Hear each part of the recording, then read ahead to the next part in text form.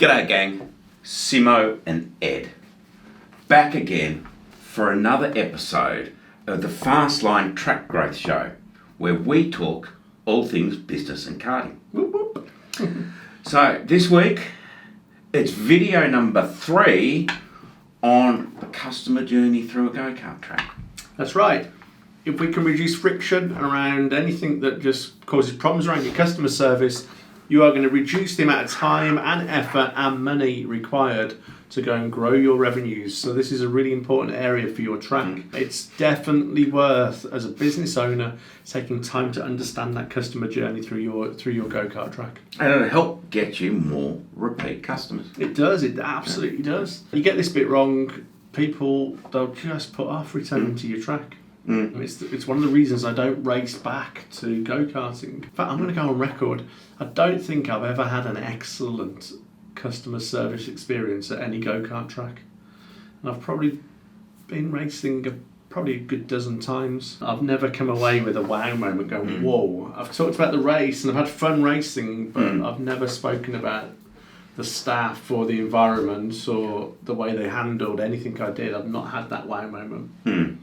So there's something to ponder. Yeah, I get a different experience if I go to a go-kart track because I'm usually known. Yeah. And I'm treated differently. It's not always the same process that a normal customer would go through. You know? Yeah. I have to sign a waiver and I have to get a briefing usually, but the other bits and pieces just usually fall. Well, some tracks I've already signed the waiver. Oh, okay. Or some of them just go, well, you know your shit. You don't need a safety briefing. Just sign the waiver and off you go. You should just walk up and go, that's great. Which one's the accelerator? Have you got brakes on it this time? That'd be hilarious. Right. So the next point, which is point number 7 in our customer journey, is trackside. So we've been in the reception, we've done the changing room, we've done the briefing, and now we're trackside. Trackside. Pre-race. Yeah. Before we go out there. Yeah. Now, it will change for each track. Keep adding comments and stuff that you're doing or stuff you want us to have a look at. But as a customer, first thing I want to know is, am I safe and we're going to have some fun?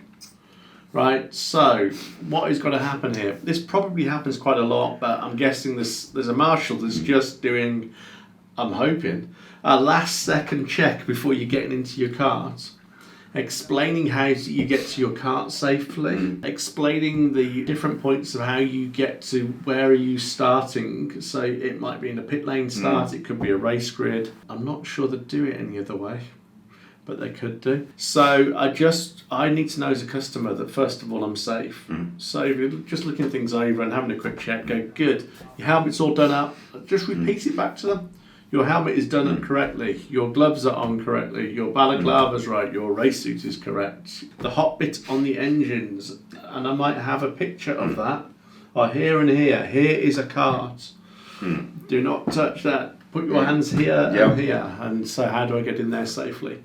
Today's track condition, as you can tell, is, so if you're an outdoor track, we've got wet weather today. So your maximum overtaking opportunities will be here and here on the go-kart track. Who's up for a fast race?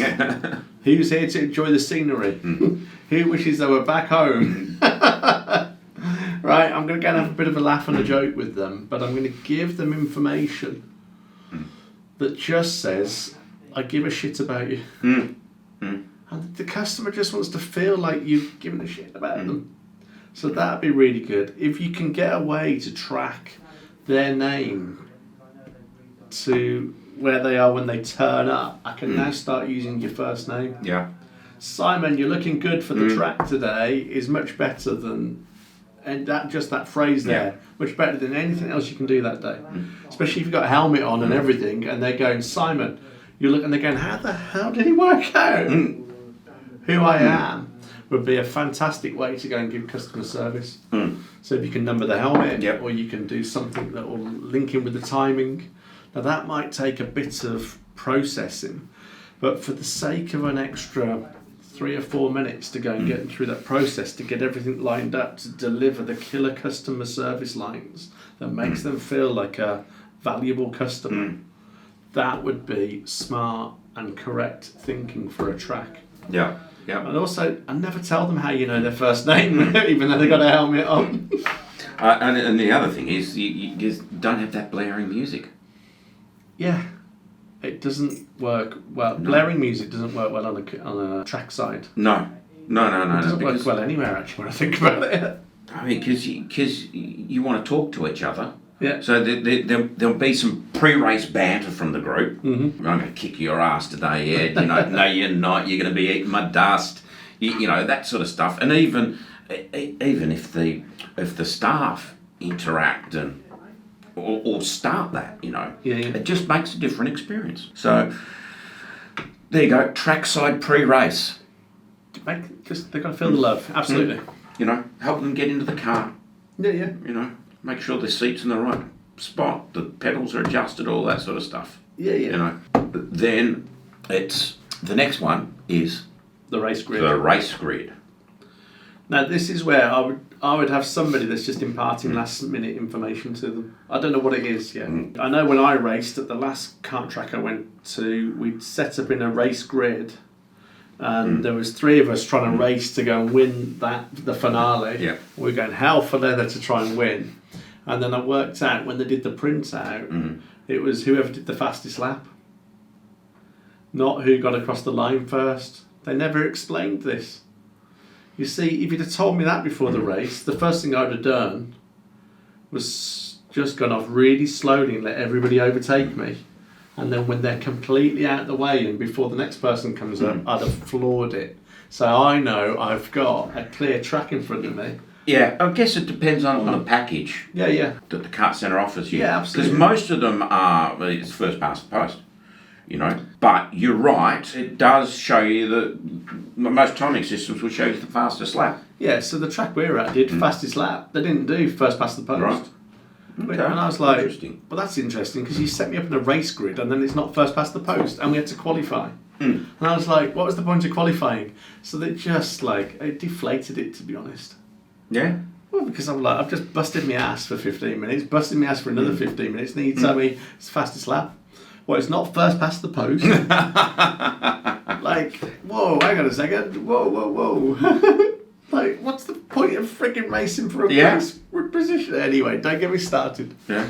But it's your chance now. So what's the last throwaway comment you can give?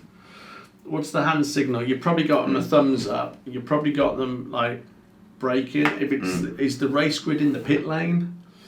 What is the last second thing that you can tell them? I don't know what it is. It'll be different for every track. Yeah. Maybe it's a hand signal that actually you've worked out during during the safety briefing. Yeah. And then when they are reminded of that on the race grid, they'll go, they're still looking out for me. And of course, remember, we might have that one person looking out for them. So perhaps they're on the pit lane or the race grid now, giving that hand signal that lets them know there's something to remind them or that we're looking out for you. But just gives the customer a sense that, you're actually looking out for them. Yeah. So we've had the race. Now we're trackside, post-race. Or maybe between. Because there's those that split the sessions up. Yeah. It's the same thing. So they've had the race, they've come off. Yeah. So help them come off. They've got helmets and stuff, so maybe this day and age with COVID and that, they're probably carrying the helmet through the whole experience. But if they've finished their session, take the helmet off them and make a comment about their lap. Oh, that third lap, Ed, you nailed it. That's right. Spot on. You did all those things. You cut that apex really nicely, and you would have been I reckon you're probably 2 seconds quicker than your best other lap. And also, I'd use this as a selling opportunity.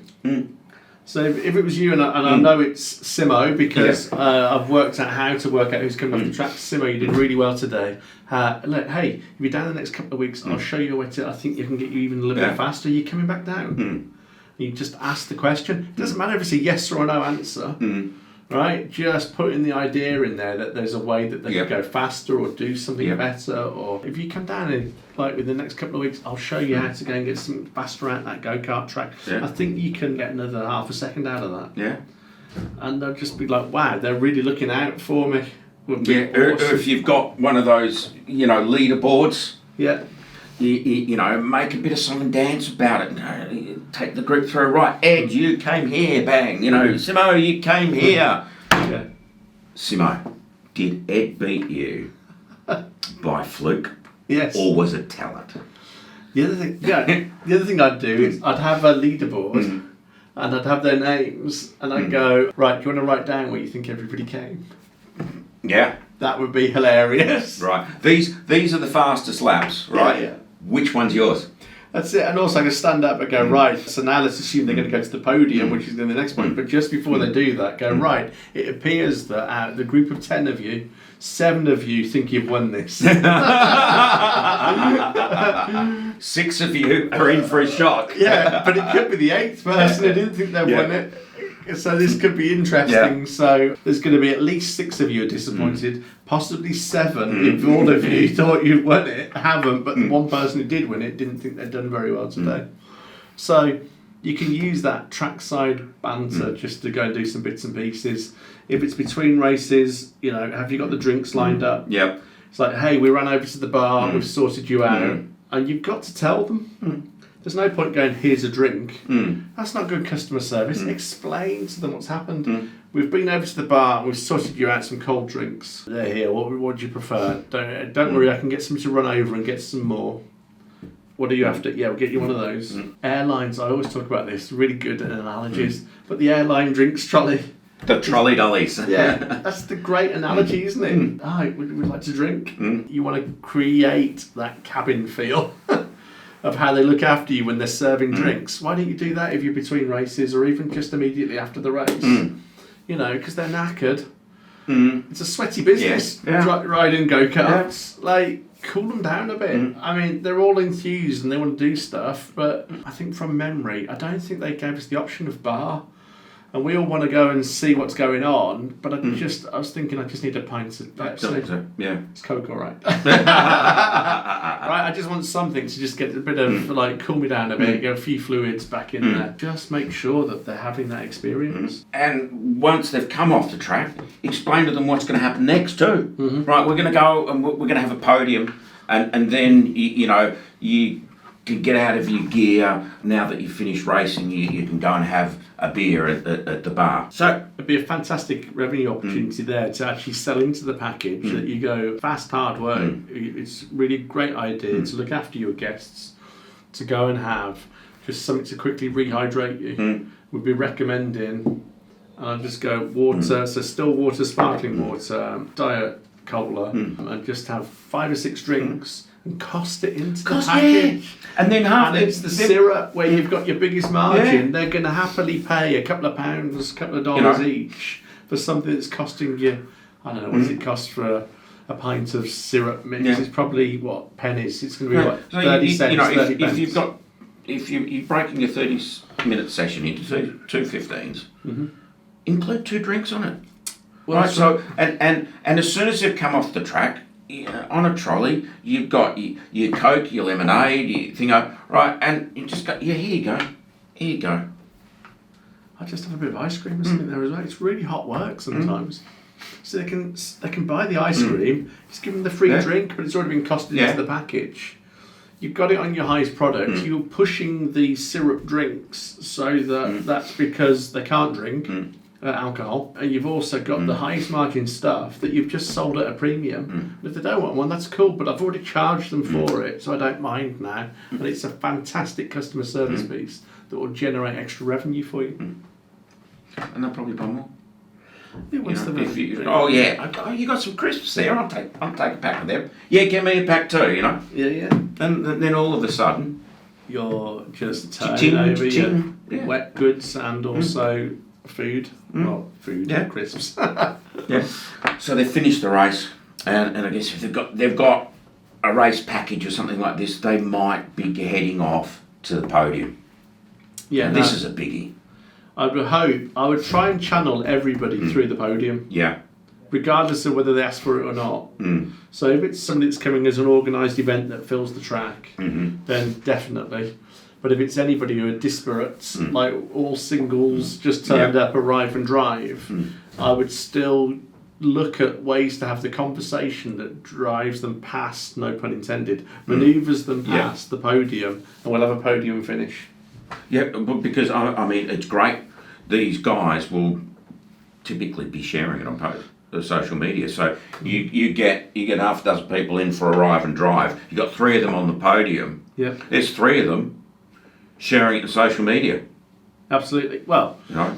They can, and I'd encourage that. So, the podium that we were on last time, I'm just thinking, we had the backdrop, ticking the box, so well done, you got your backdrop. They're hoping you'll share it.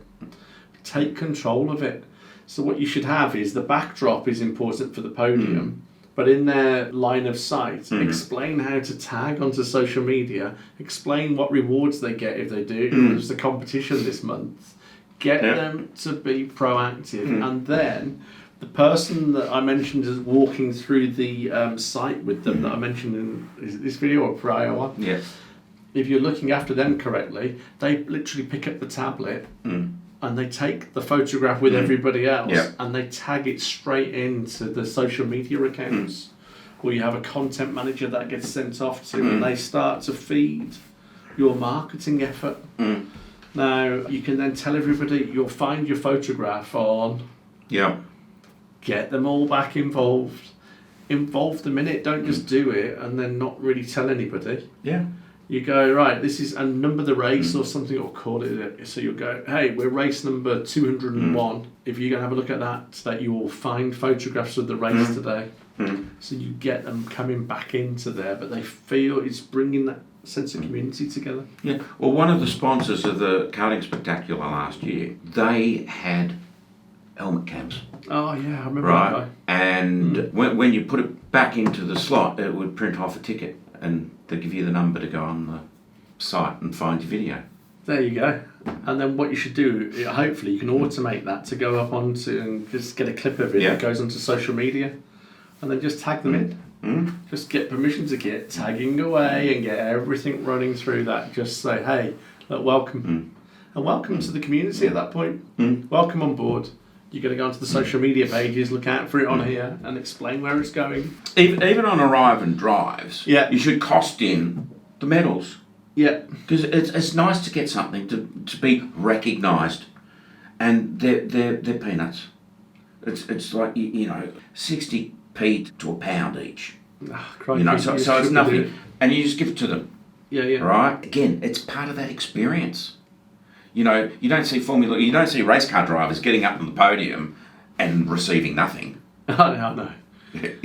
So the medals as a bare minimum, and just cost it in for everything. Yeah, and get some fizz in there as well. Yeah, fizz is always great. I'll never forget, I was out at a track, karting Altafula in Spain, and we were just sitting down, having some nice olives and a beer, actually. So, not your normal crisps. But I'm standing there, and some young lads have been going around the track, and they've come in for the presentation, right? And they're all standing up there. They've got their trophies, and then the marshal comes out with the champagne. Yeah. And when the guy shook it up and started spraying everyone, it's just the smile on the dial, ding, and you just go, that's fantastic. That guy is just taking that experience to the next level for him. Yeah. His mates are diving for cover from the champagne. Carver. Well, that's great. And the other thing I'd be doing then is I'd be getting, if there's somebody following them around the track looking after them, I'd get them involved, get another member of the track to come over. They start the clapping going, so everybody's looking around at the track, all the people about to race, like what's happening. Going, it's a big deal to win here. Yeah. So it's like those American theme restaurants. The whole of the staff, the waiters, come and that round, will all of a sudden come round and start clapping and doing something, for your birthday or whatever it is. Yeah. Just gets the energy levels up. gets an experience going. People feel part of it. They're like, suddenly they're like, I'd quite like to be on that podium. You know, and that's part of developing your tribe. Yeah. Making them feel like they're included. Well, that's right, because they're just like, well, other tracks aren't really the competition, but you're suddenly a million miles ahead of the track. And something like that where you can go a bit crazy. And you maybe you've still got your race suit on, so you're protected from the champagne a little bit, but it's just absolute mayhem. And you've got an area where it doesn't matter if there's champagne flying and all the social media pictures are going and everybody's having a laugh, and you've got maybe like even a 20-second clip of the video, everybody's like clapping and laughing, and the champagne hits. Yeah. Can you imagine getting 10, 20 of those on your social media feed? How long is it before people go, that'd be a bit of a laugh. Yeah. I fancy having a go at this. Cool. There you go. That's point number 10, the podium. So probably a good point to end this episode. And we will be back again next week for the last 4. Yeah, we're going to meet you in the bar, I think, but we might do a changing area first. But I'll see you in the bar in the next video. So if that's not a reason to turn up, I don't know what is. If you're in Dortmund on the 15th of January, you can meet us in the bar. Simo's buying.